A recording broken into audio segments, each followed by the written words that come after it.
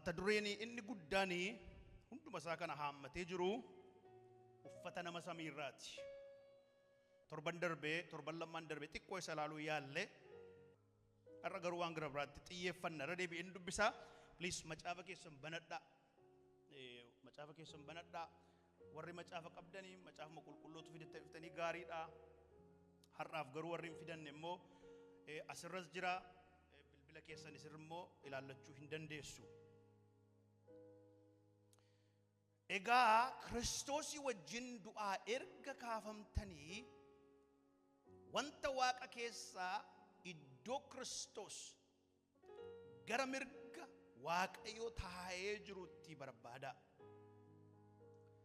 Yaada garaa keessanii wanta waaqarra jirutti hidhaa malee wanta lafarra jirutti hin hidhina. Isin duutaniittu. Jireenyi keessan Kiristoosii wajjin waaqayyo keessa dhokateera. Kiristoosii inni jireenya nuuf ta'e yommuu mul'atu isinis immoo isaa wajjin ulfinaan mul'achuuf jirtu. So jalqaba irratti Phaawulosi kan inni dubbatu wanta waaqayyo raawwate, wanta waaqayyo godhee fi wanta namni immoo gochuun irra jiru dubbata. Wanta waaqayyo nuuf raawwate tokko Kiristoosii wajjiniin du'aa kaafamtaniittu. Kana kan godhe waaqayyoodha malee namatu godhe miti. Ofii isaatii fi namni kana godhachuu hin danda'u. Torban darbe kana xiqqoo ishee ilaalleerra.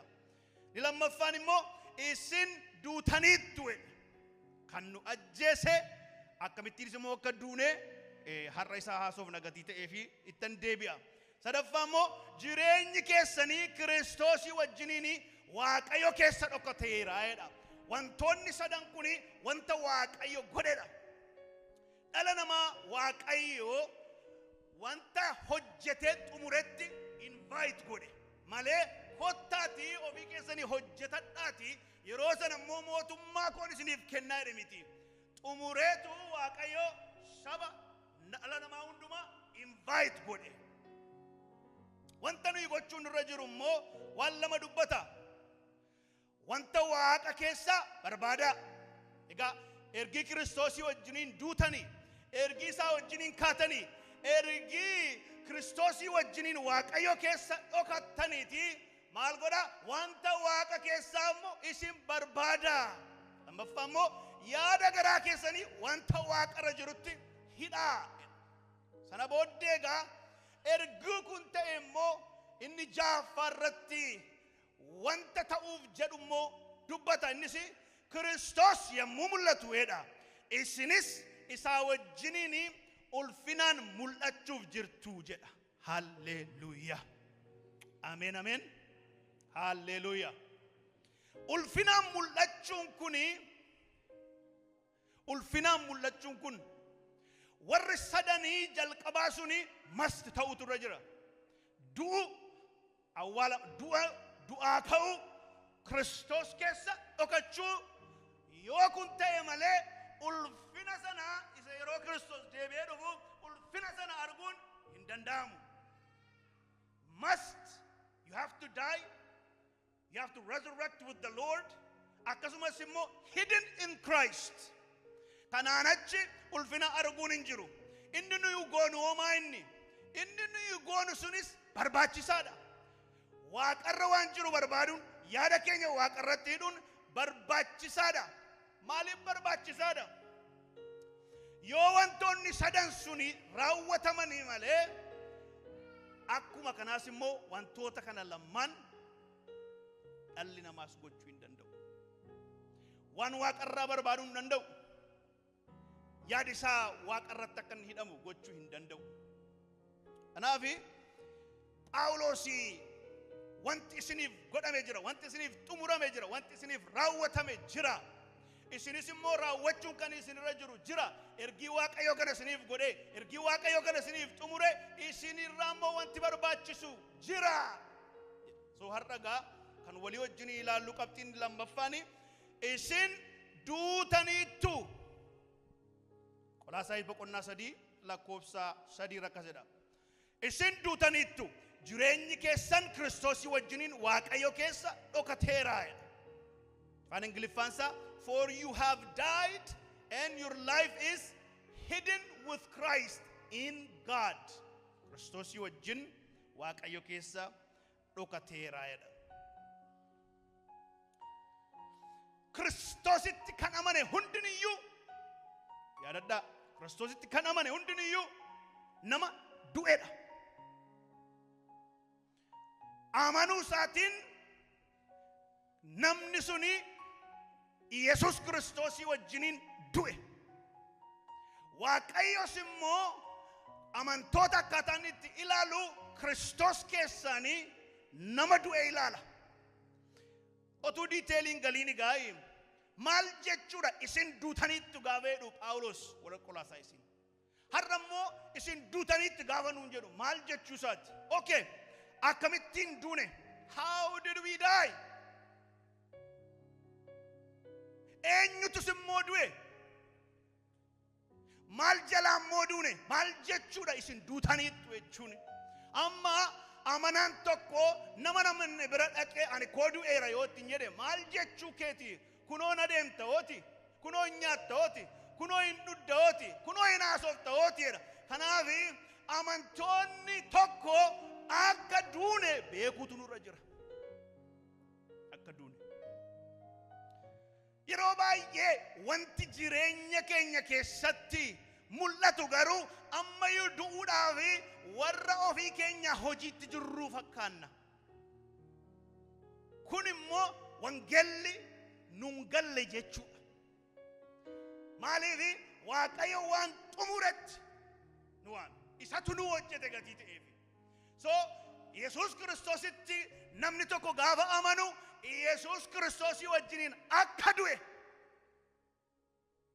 beekuutu irra jira. So gaa Waaqayyoon gidduu kana yeroo darbee kaasee kan na hojjechaa turetu kanadha.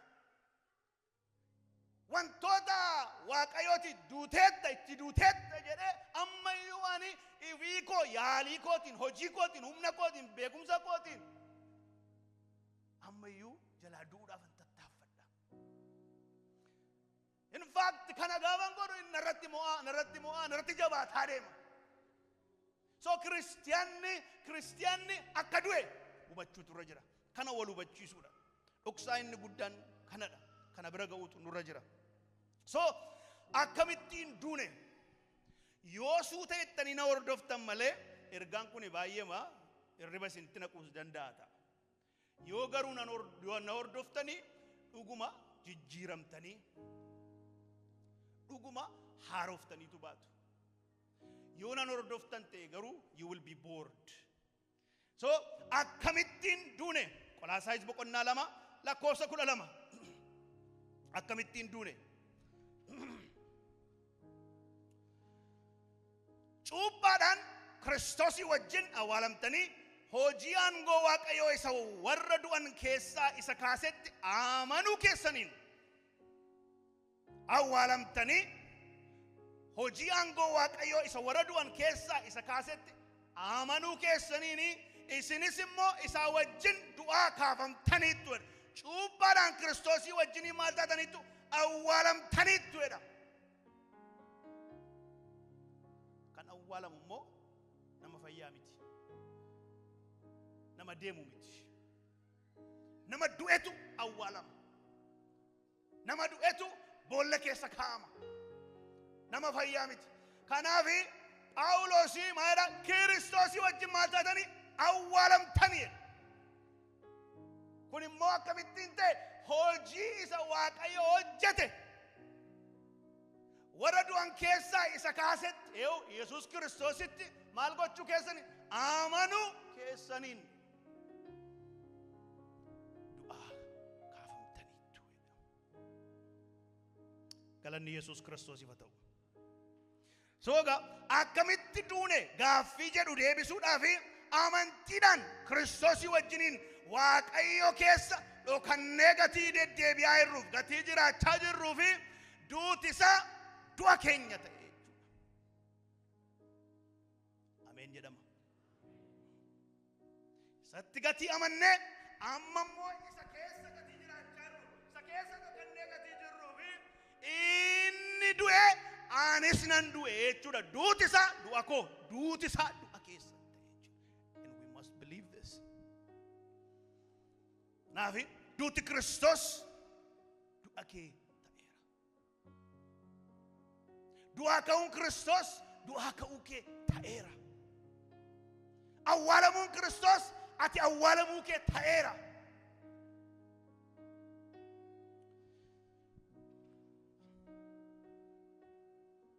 Sababiin isaas Kiristoosii wajjiniin Waaqayyo keessa dhokatteetu jirta. Kana kan godhe immoo simple isatti amanuu duwwaadhaan. Maal jechuudha dhokachuu jechuun? Mee quba keessan ishee kana ol kaasame? Waamitu hundi keessan. Harka keessan bitaadhaan immoo akkasitiin kabarii godha. Qubi kun siin. Inni kun Yesuus Kiristoos. Kanaaf akkuma qubi kun harka kanaan dhokate Yesuus Kiristoos keessa akkas dhokattee jirta.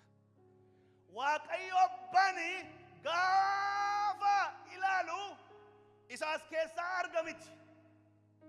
Yesuus Kiristoos sasiin si dhokse. Gaafa Yesuus Kiristoos sasiin si dhoksee jiru sana, sasiin si haguugee jiru sana, sa jireenya kee ta'ee sana Waaqayyo Abbaan gaafa argu si nama du'e erga, nama du'aa ka'e erga, nama qajeelaa ta'e erga, nama qulqulluu ta'e erga. Kanaaf ati Yesuus Kiristoos keessa dhokachuu keerraan kan ka'e duuteetta. Waaqayyo Abbaanis kana duwwaa beeka. Mee ameen jedha.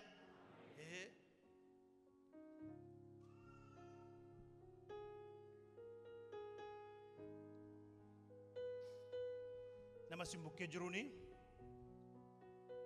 ati duuteetta jedhani.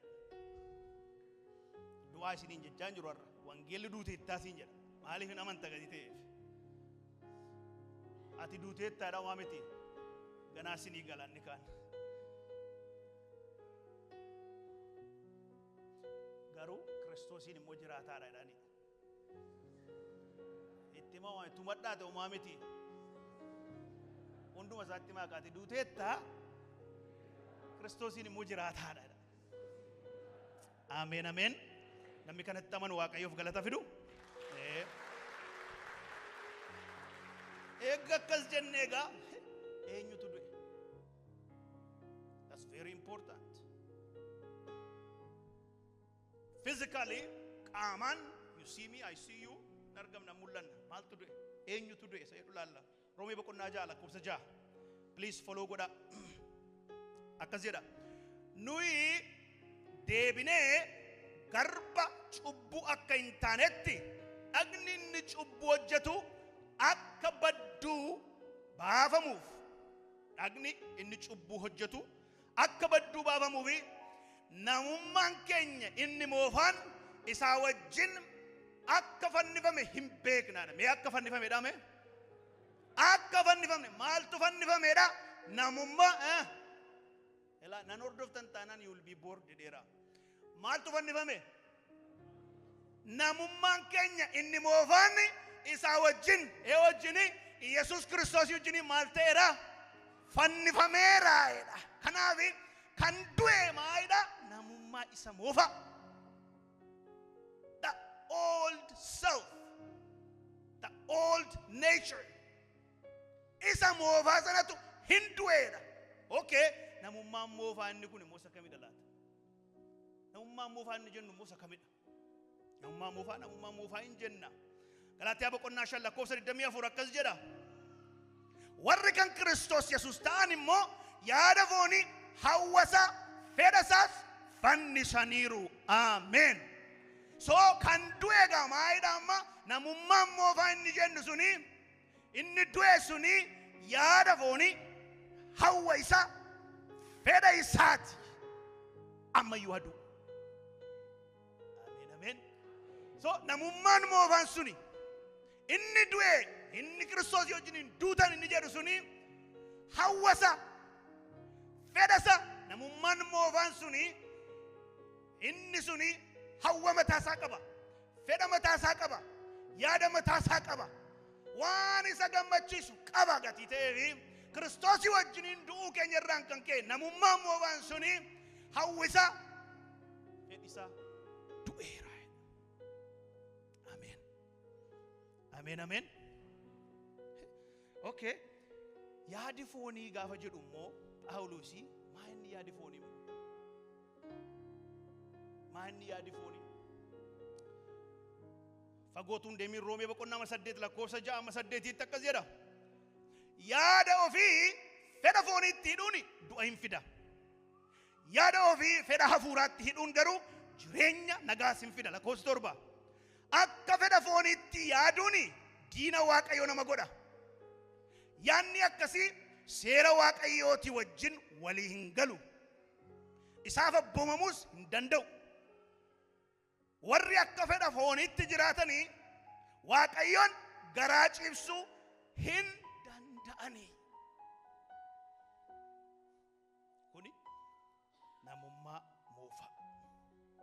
Namummaa moofaa. Namummaan moofaa Waaqayyoon gammachiisu it's impossible.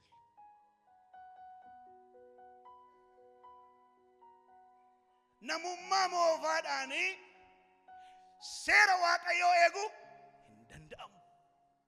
They have tried that for thousands of years. Namummaa moofaadhaan Waaqayyoon gammachiisuun it's impossible. Seerota Waaqayyoo eeguun it's impossible. Kanaaf iyyuu Yesuus Kiristoos kan hin dhufeef. Kanaaf egaa inni du'e isa kamidha jechuudha. Akka Phaawulos nutti himutti yaada foonii isa seera Waaqayyoo wajjiniin waliin galle. Maal? Yaada foonii is not this physical. Qaama keenya isa mul'atu kana miti. Yaada qaba. Fedha qaba foonichi namummaan ni moofaan suni. Yaada sanatu yaadi sun immoo seera Waaqayyoo wajjiniin waliin galu. Waaqayyoofis immoo abboomamuu hin danda'u.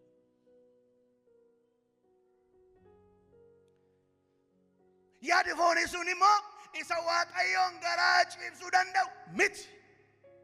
Waaqayyoon garaa ciibsuu hin danda'u. Kanaaf yaadi foonii Waaqayyoof isa ta'u miti. Waaqayyoon gammachiisuu isa hin dandeenyedha.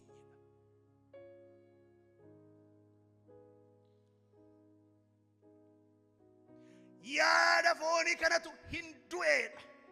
Yaada foonii kana akkuma kanaa iddoo kana keessatti Phaawulos yaadi foonii kun diina Waaqayyoo nama godha. In fact gammachiisuu mitiiti.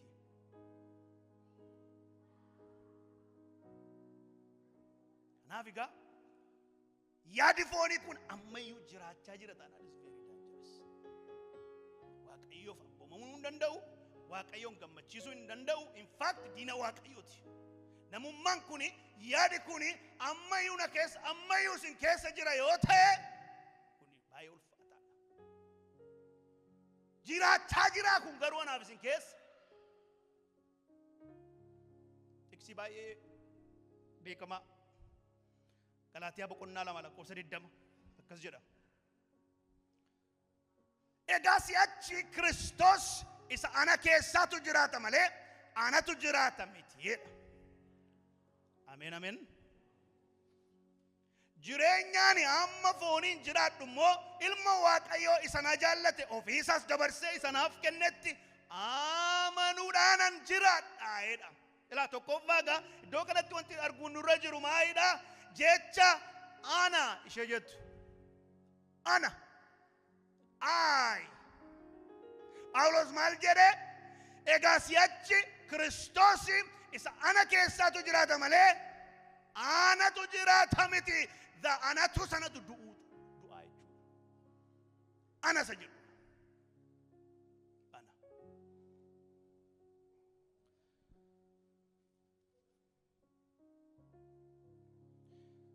Si keessa kan jiru garuu Yesuus Kiristoos.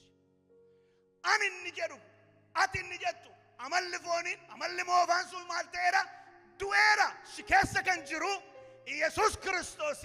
atin jiraattu kan jiraatu isa si keessa jiru Yesuus Kiristoos qofaadha.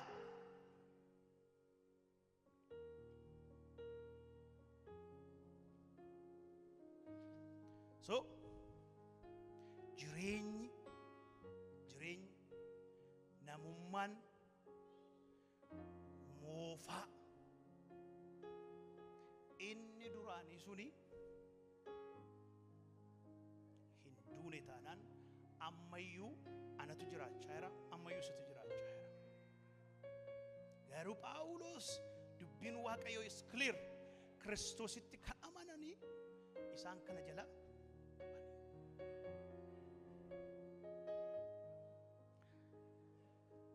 du'a lama adda baafnee akka ilaalluun barbaada. Qolaasaayis boqonnaa 2 lakkoofsa 13 irratti isin irra daddarbaa keessanii fi dhagna qabaa dhabuu foon keessaniif hafuuraan du'oo yoo taatan iyyuu Waaqayyo akka isin Kiristoosii wajjiniin jiraatoo taatan maal godheera?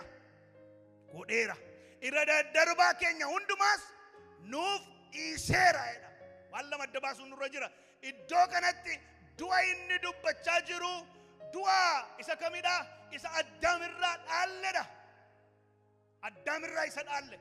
Kuni isa Kiristoosii wajjiniin duune miti. Kuni isa Addaamirraa dhaalle, cubbuu dhaalle, amala cubbuu dhaalle, yaada cubbuu dhaalle. Namni cubbamaan immoo nama du'aadha. Maal ajjeese? Cubbuutu ajjeese. Cubbuun ajjeesee ni jira. Cubbuun irratti mo'eera. Cubbuun kontrool godheetu jira. Kanaaf inni old self namummaan inni moofaan inni Addaamirraa dhaalle suni inni du'e suni du'uutu irra jira jechuudha.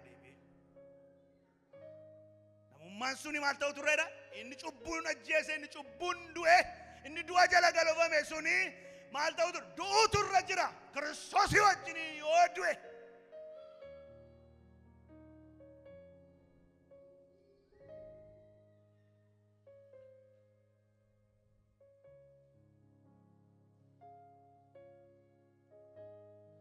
Kiristoosii wajjin yoo du'e malee namummaa haaraa argachuu hin danda'u. Kiristoosii wajjin yoo awwaalame malee namummaa haaraa argachuu hin danda'u. Kiristoosii wajjin yoo du'aa ka'e malee namummaa haaraa argachuu hin danda'u. Kanaaf namummaa inni moofaa inni du'aan suni Kiristoosii wajjin du'uutu irra jira. Naaf yeroo tokko baay'ee struggle goona ammayyuu wanta hin duunetu jira inni. Wanta hin duunetu jira inni. Sababiin isaas targeetiin keenya wanta hin duune sana ofii keenya ajjeesuudhaaf yaalla. Kan jalqaba dubbadhe immoo we can't do it. Duufna gara dhumaatti gara booddeetti.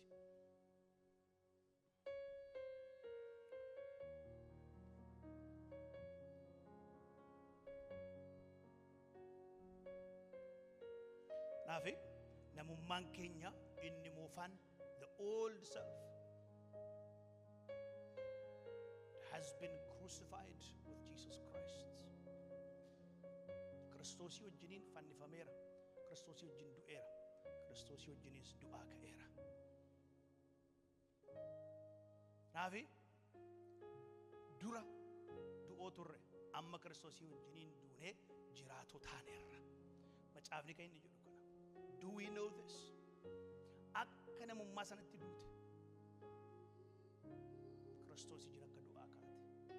Akka jireenya haaraa qabdu siif kan kenname jireenya samiirraa jireenya waaqarraa Kiristoosii wajjin tokkummaa akka qabdu akka ninatti tolu Kiristoosii wajjin Ingiliffaan samaadha hidden in Christ. Hidden with God, with Christ in God.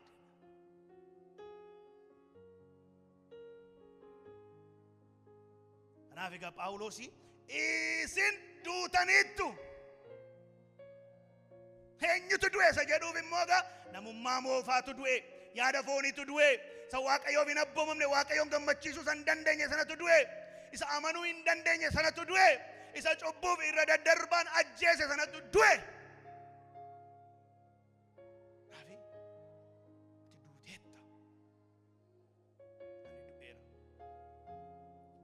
Okay, maal jechuudha? Maal jechuudha? Kolaasaayis boqonnaa 2:21 Kiristoosii wajjiniin taatanii hafuurota bantii waaqaa keessa biyya lafaa kana irratti humna qabu jedhamanii sodaataman jalaa erga duutanii mee jalaa erga duutanii jedhame arana duukaa bu'aan jirtan fakkaata jalaa erga duutanii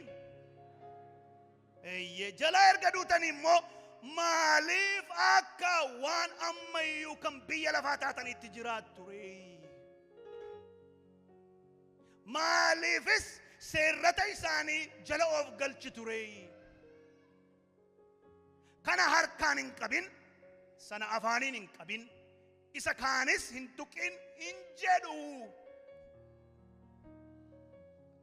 egaa maal jechuudha maalitti duune isa jedhuufi Phaawulos iddoo kanatti wanta jalaa duutantu jiraadha waan jalaa duune tokkoffaayi akka Phaawulos dubbatu iddoo kanatti jalaa wanti ni duune hafuurotaa fi sirna biyya lafaa jalaa duune hafuurota akkamii warra samii kana biyya lafaa kana keessatti mo'anii jiran isaan jalaa duutaniittu.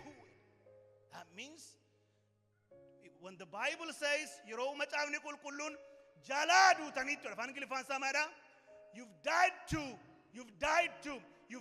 to it gaafa jalaa duute gaafa jedhu wanti sun isirratti aboo hin qabu jechuudha wanti sun isirratti humna hin qabu jechuudha kanaan dura sirratti mo'ee ture kanaan dura kontrool si godhee ture amma garuu Yesuus Kiristoosii wajjiniin duukeerraan kan ka'e isaa wajjin du'aa ka'uu keerraan kan ka'e wanti sirratti mo'e hafuurri sheexanaa suni humni isaa harkaa fuudhameera Hafi does not have power over you and me.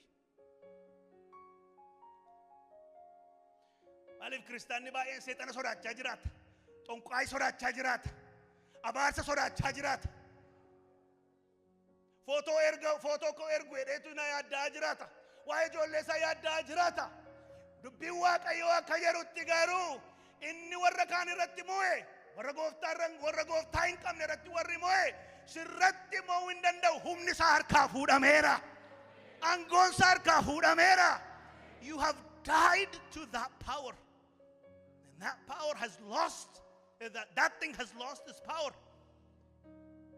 hafuurri sheexanaa humni isaa harkaa fuudhameera kan sirratti mo'ee jiru tokkoof tokko duwwaadha kan kontrool si godhee jiru tokkoof tokko duwwaadha siinsi ajjeesee wanta sirratti mo'ee immoo humna isaa harkaa fuudhee ilmi Waaqayyoo sirratti mo'eetu jira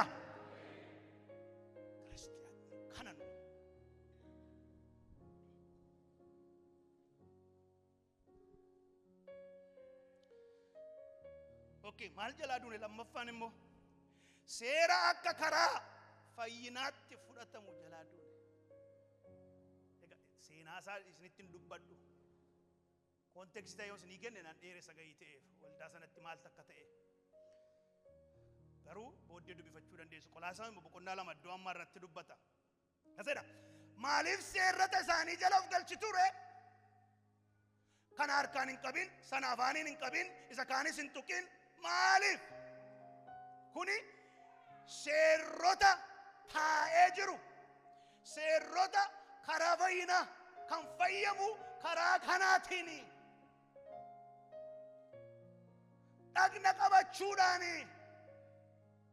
biratti waa qabamuutu irra jira so sabni sun maal ta'eetu jira seera Waaqayyoo isaaniif kenne sana seera eeguu hin danda'amne seera eeguu dadhabuurraan kan ka'e gooftaanis kan dhufe gatii ta'eef namni gammachiisuu hin dandeenye akkuma sila isiniin jedhe namni Waaqayyoon gammachiisuu gatii hin dandeenyeefi seera isa sana fuudheetu seerri suni karaa fayyinaa dheedeetu isa ofirratti moosiseetu jira garuu immoo eeguu hin danda'u garuu immoo qulqullaa'uu hin danda'u garuu immoo qajeelaa ta'uu hin danda'u fayyisuu hin danda'u seerri Waaqayyoo kenne hundinuu qulqulluudha seerri Waaqayyoo kenne hundinuyyuu qajeelaadha seera Waaqayyoo kenne hundinuyyuu mudaa hin qabu seera kana garuu namni raawwachuu hin danda'u waan hin raawwanne irratti ammayyuu ofirratti moosisee jira lakki jalaa ba'a ayyaanni dhufeera tuttiin jedhu lakki miliqaa otuttiin jedhu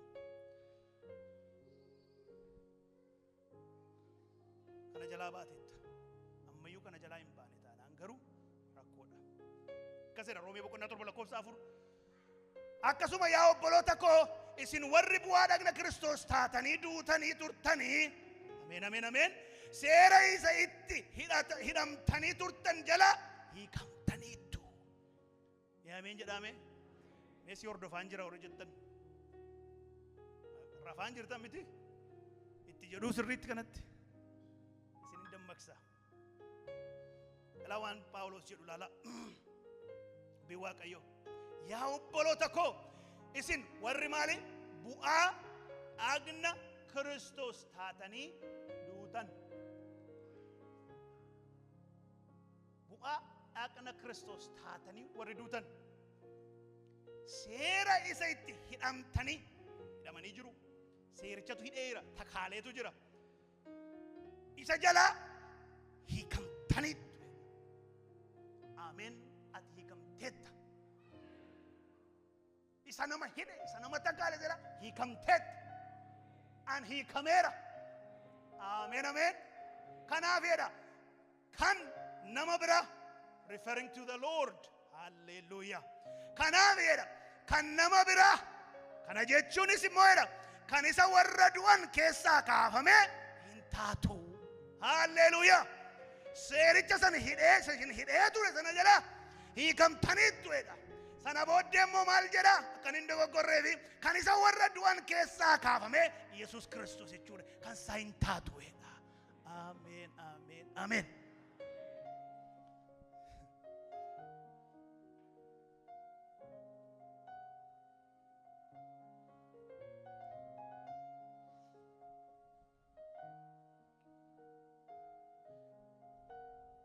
Ani kan nama biraadha jedhame. Ani kan Kiristoos jedhame. An kan nama biraa. An kan Kiristoos isa du'aa ka'ee ta'eera jedhame.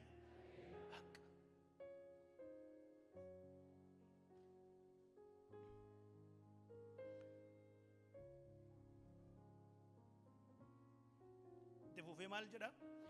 Yoo akkas taate malee isa kan nama biraa, isa kan Kiristoos isa du'e sana, isa kan isaa yoo taate malee ija godhachuu hin dandeessu.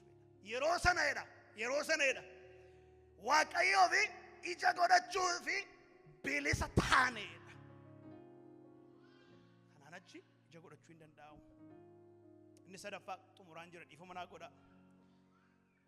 Maal jalaa duune? Inni sadaffaa cubbuu jalaa duune. Yeroo baay'ee kana hin dubbanna. Roomee boqonnaa 2 akkas jedha. Kun matumaa hin ta'u. Nuyi warri cubbuu jalaa duune, warri cubbuu jalaa duune dhaame. Ani cubbuu jalaa du'eera dhaame. Si'achi attamitti cubbuu jala jiraanna ree?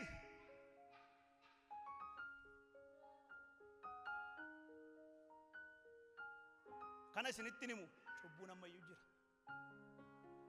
Cubbuun ammayyuu mo'ee jira. Cubbuun ammayyuu bushaa jira. Cubbuun humnadha. Ammayyuu humna isaatiin bushaatu jira. Phaawulos garuu akkas nuun jedha. Anaaf isini cubbuu jala ergii duutanii si'achi akkamittiin cubbuu jala jiraattu ree? Anaaf sirratti cubbuun humna hin qabu. Cubbuun humni isaa harkaa fuudhameera. Yesuus Kiristoos fannoo irratti ol ba'ee hin xumurame jedhe. Gaafa sana immoo maal godhe? Hin du'e, hin awwaalame. Guyyaa sadaffaatti du'aa ka'e. Warri isatti amananii cubbuu jala miliqani. Humni cubbuu hin golgolaa'e. Cubbuun mo'ameera. Cubbuu jalaa dutaniitu. Abbaa'e maal yaa Waaqayyo cubbuu gochuun dhiisee. Mee cubbuun godhan.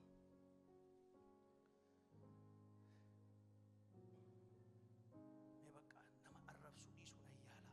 Nama jibbuu dhiisuu nan yaala. Dhiifama nan gochuu nan yaala. Wantoota gochuun narra hin jirre waan baay'ee. I try, you try, inuma yaalla kanuma yaalla achuma jiru. Riizinii isaan isinitti hima. Innis immoo cubbuu isa mu'amaa irratti xiyyeeffanneetu jira. Gaafa jibbi gara kootti dhufu, gaafa hamachuun gara kootti dhufu, ani gochuun kan narra ture isa gochuu dhiisuu yaaluu miti. Lakki ani du'eera. Sobuudhaaf du'eera. Hamachuudhaaf du'eera. Namni du'e immoo maal akkamittiin jiraata deebi'ee? Amma reeffa yeroo awwaalchaa fiddanii saaxinii keessaas keessu.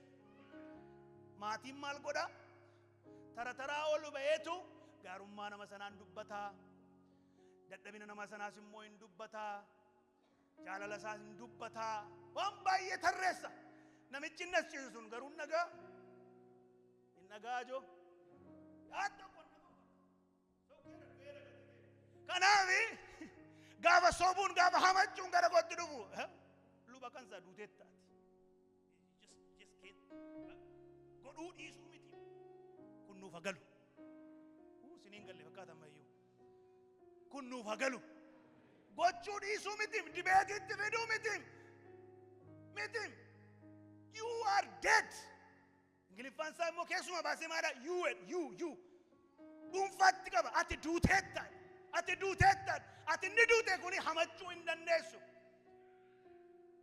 Anaafi gaafa cubbuun inni bakkee kana mo'ee jiru, cubbuun inni dhala namaa warra nama irratti mo'ee jiru, har'a iyyuu gaafa si qoru, boriyyuu gaafa si qoru, balbala kee gaafa rurrukutu, moochaan lawkoone.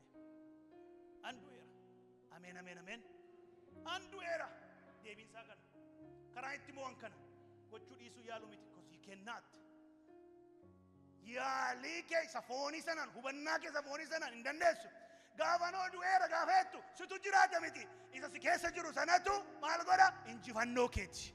Mo'icha keeti. Ati silaa achitti si qore miti. Amma garuu du'eera itti gaafa Yesuus itti ergitu darbitee argita. Qulqullooftee argita. Qajeelama taatee argita. Jaalaluma taatee argita. Araaruma gootee argita. Maqaa Yesuus Kiristoosiin kun nuuf haa ta'u.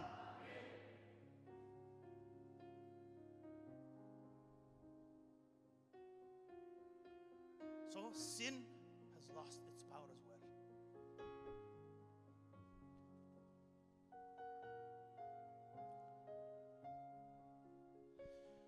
Inni afraffaaf inni dhuma fixe. Kan nuyi jalaa duune. We died to the world. Biyya lafaa jalaa duuneera. Ani biyya lafaa jalaa du'eera dhaame. Galaatiyaa 6:4 kasedha. Ani garuu fannoo gooftaa keenya Yesuus Kiristoos isa ittiin biyyi lafaa anarraa fannifame. Ameen. Maaliin fannifameedha? Gubbaa isaa ilaalaa. Fannoo gooftaa keenya Yesuus Kiristoos isa ittiin biyyi lafaa anarraa fannifame. Anis immoo biyya lafaa jalaa fannifame sanaan malee waan biraatiin of jajuun matuma anaaf hin ta'u. Naafi Yesuus Kiristoos isa fannifame sanaani biyya lafaa jalaa fannifamneerra, biyya lafaa jalaa duuneerra. Innis nu jalaa du'eera. Ameen.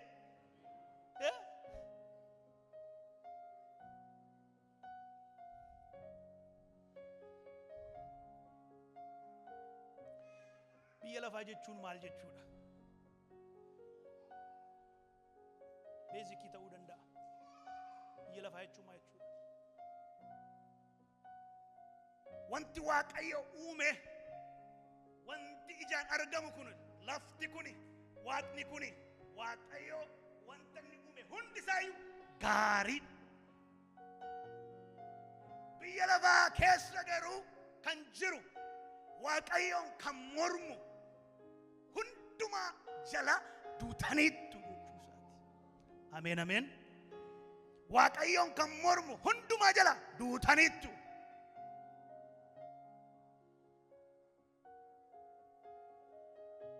Kun immoo maal faadha? Even seexanaa silaasofneera. nama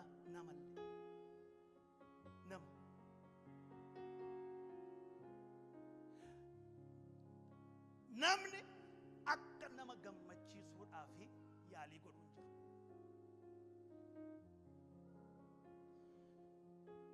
Waaqayyoon gammachiisuu caalaa namni nama gammachiisuudhaaf yeroosa, humnasa, qabeenyaasa, dandeettiisa balleessa.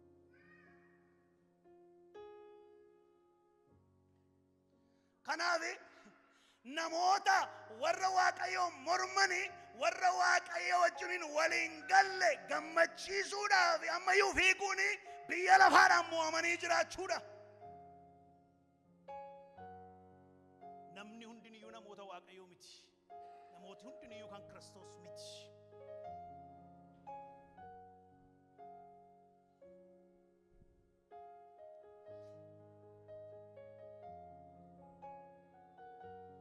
Garabraano maanni biyya lafaa jalaa duuta maa jechuudha biyya lafaan kun? Biyyi lafaan kun siistamii mataa ishee qabdi.